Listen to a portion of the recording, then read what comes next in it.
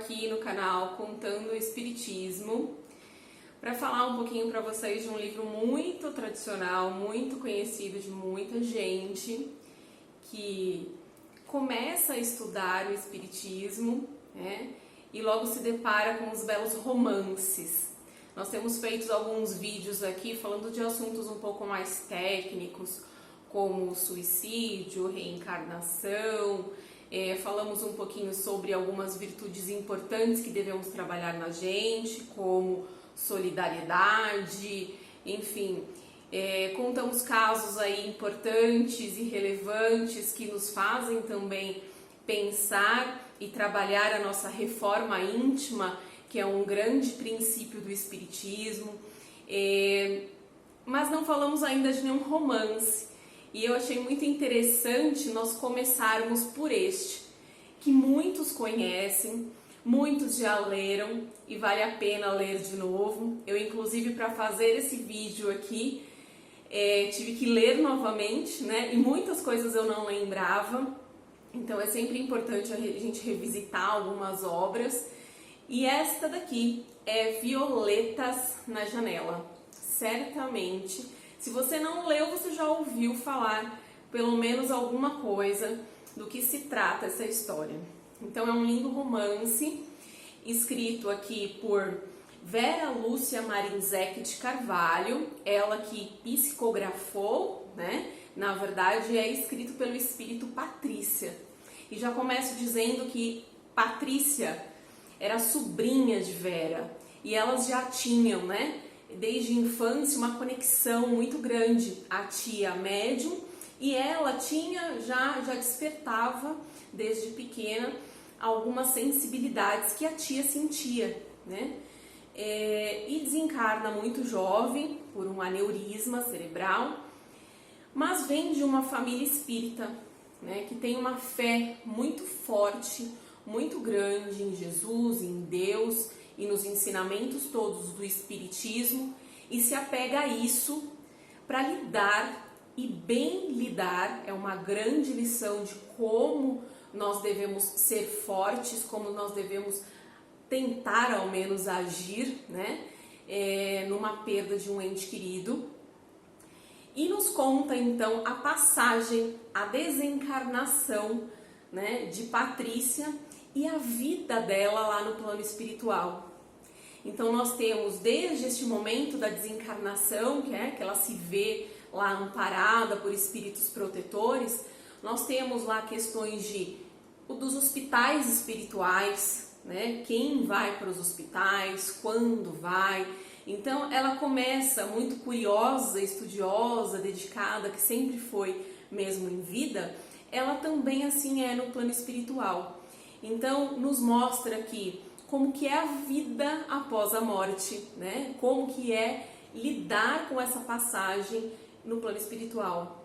Isso em uma das colônias, porque temos inúmeras colônias espirituais e essa é uma delas.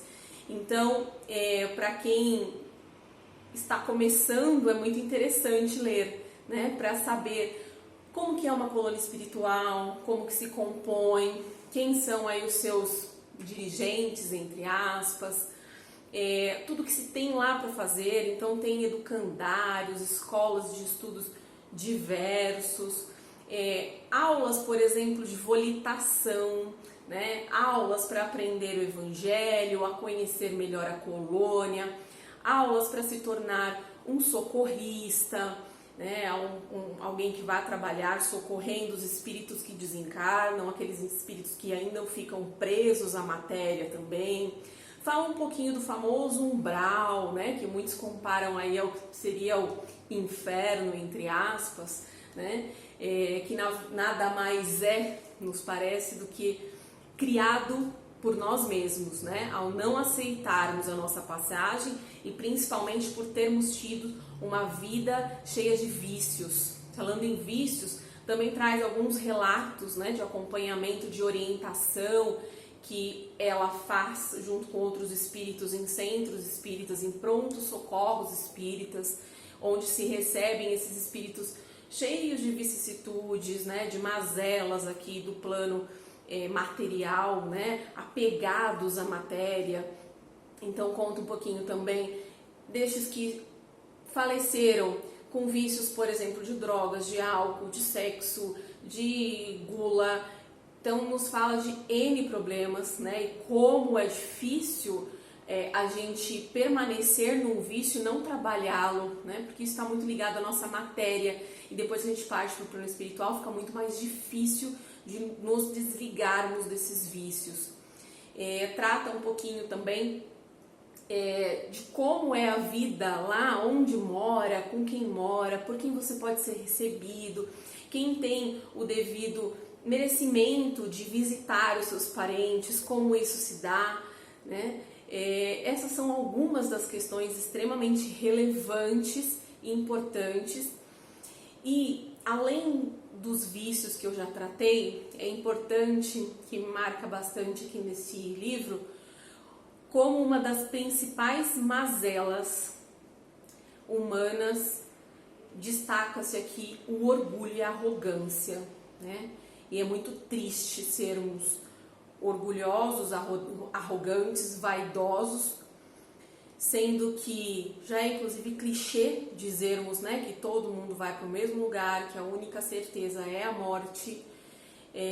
Mas lá no fundo a gente pensa muito no estético, no material, temos ainda essa vaidade humana que pode nos condenar quando passarmos desta vida para a vida espiritual, que é a verdadeira vida, né? Inclusive no livro eles tratam isso como dizendo: quem encarna está indo para o mundo, para a terra que é ilusória, né? Lá é verdadeiro. E para quem não acredita pode dizer: não, aqui é verdadeiro, lá é ilusório, né? Enfim, vale a pena a leitura, é uma leitura rápida, como vocês estão vendo, é um livrinho fininho. Esse aqui é muito antigo, inclusive está com o nome aqui da minha querida mãe, que desencarnou já há 10 anos, me fez sentir muita saudade e imaginar como que ela está no plano espiritual, né? E Maurício de Souza, em companhia aí de algumas editoras, esta editora especificamente, a Petit, ele criou o Violetas na Janela para adolescentes. Então você que tem adolescente, a turma jovem, a turma da Mônica Jovem conhece Violetas na Janela. Então é a Mônica, o Cebolinha, o Cascão, a Magali. E o Cascão, ele tem um primo que chama André, que acredito que isso possa estar ligada à figura de André Luiz, não sei. Mas existe uma coleção inteira, aliás, para criança e agora também voltado para os jovens, né? E aqui ele conta para os amigos aqui um pouquinho de Violetas na Janela. Então quem quer chamar um pouquinho a atenção aí do seu filho adolescente, na pré-adolescência, para o espiritismo, este aqui é uma boa pedida, né? Então é isso, hoje em Contando o Espiritismo. Não contei o livro para vocês, porque o objetivo é que vocês leiam também. Mas esperamos aqui, como sempre dizemos aqui no canal, que você desperte um pouquinho para o Espiritismo, mas principalmente para a sua reforma íntima, né? Assim como nós tentamos fazer aqui, né? Ninguém aqui é perfeito, estamos muito longe de tudo isso, mas estamos tentando aos pouquinhos trabalhar isso. Lembrar que não estamos na Terra só para trabalhar ou curtir, né? Estamos também para aprimorar, para pensar um pouquinho no alimento para o nosso espírito, ok? Muito obrigada por sua atenção. Se você gostou, divulgue, comente. Estamos aqui para isso. Um grande abraço a todos e até a próxima.